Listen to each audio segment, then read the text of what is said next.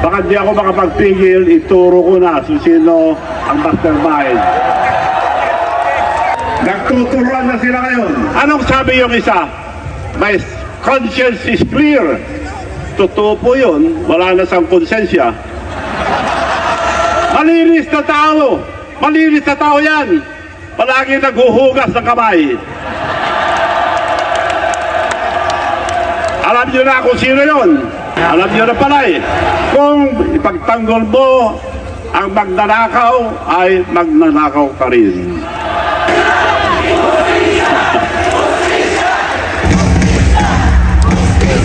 Sinasabi nila, kurap ako. Patira. Kung kurap ako, bakit ang aming lalawigan from the poorest province, we are now the 5th richest province in the entire country. From the most notorious province, we are now the most peaceful province in the entire country. Kung kurap ako, bakit ako nagbibigay ng pera? Noong nakaraan nagberde ako, 9,300,000 ang pinamigay ko. Kung buhay pa ako at darating ang aking birthday, baka mas marami pa dyan ang papremyo ko na naman.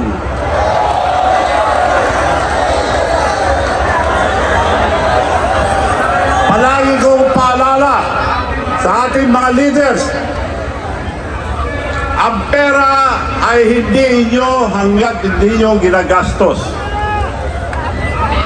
Ang mga leaders, palagi kong minawarningan, greediness.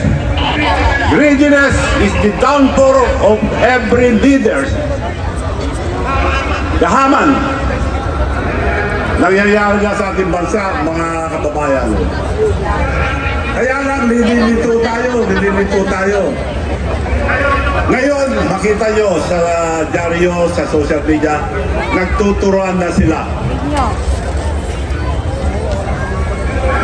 Meron lang akong na Proverbs chapter 29 verse 2. Kapag matuwid ang namumuno, ang bansa ay masaya at maprogreso. Ngunit kapag masama ang namumuno at kurang, ang bansa ay malungkot, umiiyak at walang progreso. Dalawa lang po, dahil ako po, tuwing paggising ko, nagbabasa ko ng Bible, yung Family Bible. Pagkagising ko po, nagpapasalamat ako sa ating Panginoon, buhay pa ako. Every morning, yung Family Bible na bibili po sa mga bookstore, binigyan ko lahat ang pamilya ko, basahin yan everyday, 2 minutes lang, 2 minuto lang. So hindi po tayo nakakalimot sa ating Panginoon. So, isa pa, Daniel chapter 2 verse 21.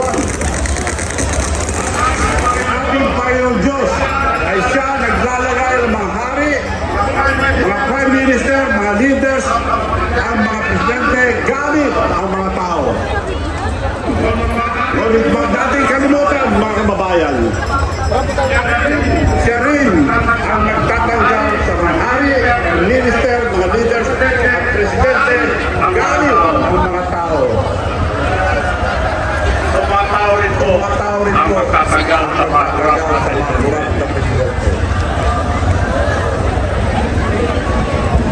Gusto ko na ipaalala yung mga salalang golden rules. Do not do what others to be done upon others. Do unto you. Ngayon, ano nangyayari sa ating bansa ngayon? Sino una nagtuturo? Ngayon, nagtuturuan na. Do not be greedy. Because greediness is always the downfall of everybody. Mga hurakot, matakot kayo sa ating Panginoon.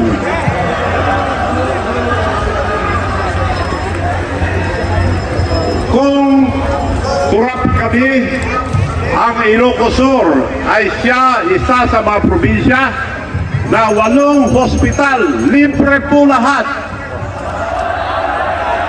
Pwede nyo nang gayahin sa mga ibang probinsya. Ang kapitbahay namin di Ilocos Norte, walang nangyayari, nasa ilalim pa rin. So gising mga kababayan, huwag tayong panilang, huwag tayong pabudol ulit.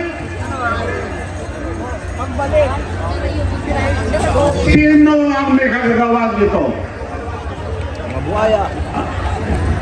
Alam nyo na, hindi pwede sabihin dito. Nagtuturuan na sila ngayon. So mga kababayan, huwag tayong palinlang. Tuloy-tuloy po natin ipagdasal ang ating mga leaders, baka sakali magbago pa. Ang sabi ko lang sa mga hurakot, ng mga leaders natin, you cannot run, but you cannot hide. Hahanapin kayo ang mga overseas workers are all over the world. Wala kayong pupunta ngayon, hindi kagaya noon na pagpunta sa Hawaii, protektado na sila. Hindi po. Kailangan hanapin natin kung sino ang mastermind.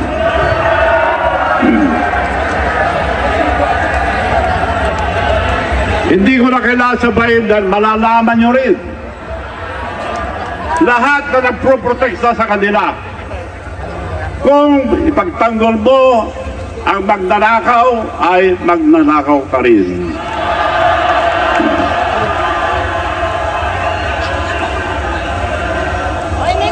Marami po akong gustong sabihin dito, pero sa kabila na lang akong pupunta. At baka di ako makapagpigil, ituro ko na kung sino ang mastermind.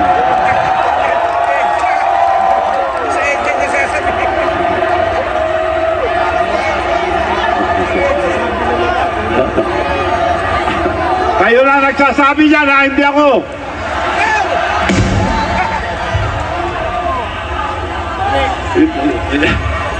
Hindi ko pwede sabihin. Alam niyo na pala eh. Mastermind. Kaya mga kaibigan, maraming salamat sa inyo lahat at hindi kayo natakot. Naintindihan nyo ang mga kalaban natin, itong mga hurakot ay hindi na takot sa Panginoon Diyos. Anong sabi yung isa? My conscience is clear. Totoo po yun. Wala na siyang konsensya.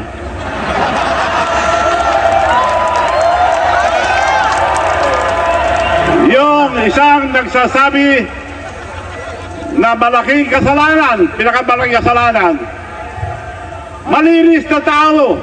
Malinis na tao yan. Palagi naghuhugas ng kamay. Alam niyo na kung sino yun.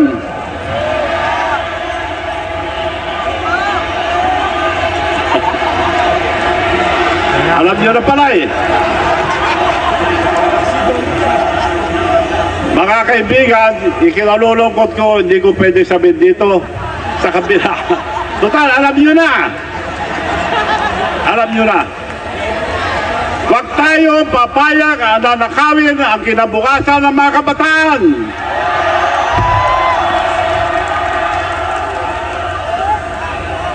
Ulit, nagpapasalamat ako sa inyo lahat dahil hindi po para sa amin ito, para sa kinakabukas, para sa kinabukasan ang mga kabataan, para sa kinabukasan yung lahat. Huwag tayo papayag na nakawin ang inyong kinabukasan.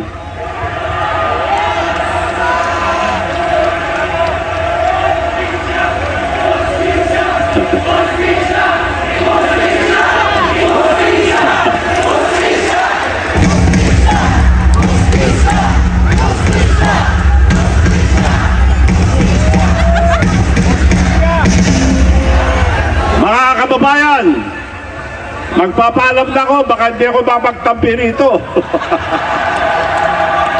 Marami pong salamat sa inyo lahat.